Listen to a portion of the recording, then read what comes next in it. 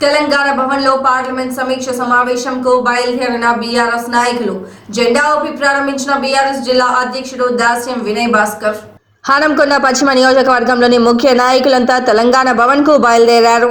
వారు బయలుదేరుతున్న బస్సును బీఆర్ఎస్ జిల్లా అధ్యక్షుడు వరంగల్ పశ్చిమ నియోజకవర్గ మాజీ శాసనసభ్యులు దాస్యం వినయ్ భాస్కర్ జెండా ఊపి ప్రారంభించారు. ఈ సందర్భంగా మాజీ ప్రభుత్వ చీఫ్ విప్ దాస్యం వినయ్ భాస్కర్ మాట్లాడారు. ఈ కార్యక్రమంలో మాజీ కుడా చైర్మన్ సుందర్ రాజ్ యాదవ్, వరంగల్ పశ్చిమ నియోజకవర్గ కన్వీనర్ తాళ్లపల్లి జనార్దన్ గౌడ్, కార్పొరేటర్లు విజయలక్ష్మి, బొంగు అశోక్ యాదవ్, చెన్నం మధు, సోదా కిరణ్, సంకు నర్సింగ్, గుంటి రజిత శ్రీనివాస్, మాజీ కార్పొరేటర్లు, డివిజన్ నాయకులు, మహిళా నాయకులు, మీద దీప అనుబంధ సంస్థల నాయకులు తరలి వెళ్లారు.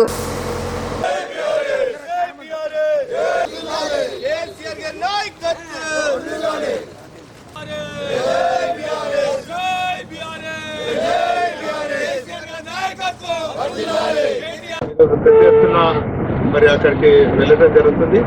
వారు ఇచ్చినటువంటి పార్టీ దశ దిశ నిర్దేశించిన తర్వాత ఖచ్చితంగా క్షేత్రస్థాయిలో పార్టీ బలోపేతానికి, పార్టీ సూచించినటువంటి పార్లమెంట్ అభ్యర్థికి గెలుపు కోసం విశేషంగా కృషి చేస్తామని కూడా ఈ సందర్భంగా తెలియజేస్తున్నాం. ఇప్పటికే ప్రజల్లో కాంగ్రెస్ పార్టీ 420 హామీలు ఇచ్చినటువంటి పరిస్థితి ఉన్నది.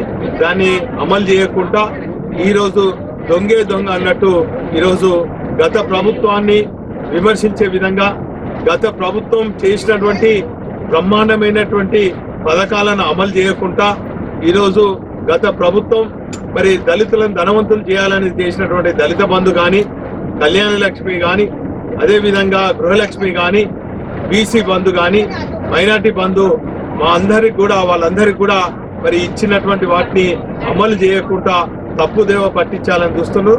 ఖచ్చితంగా ప్రజల పక్షాన బీఆర్ఎస్ పార్టీ ప్రజల పక్షాన పోరాడతాం. ఖచ్చితంగా మరోసారి కేసీఆర్ గారి నాయకత్వాన్ని బలోపేతం చేస్తూ ముందుకు పోతామని కూడా సందర్భంగా తెలియజేస్తాం.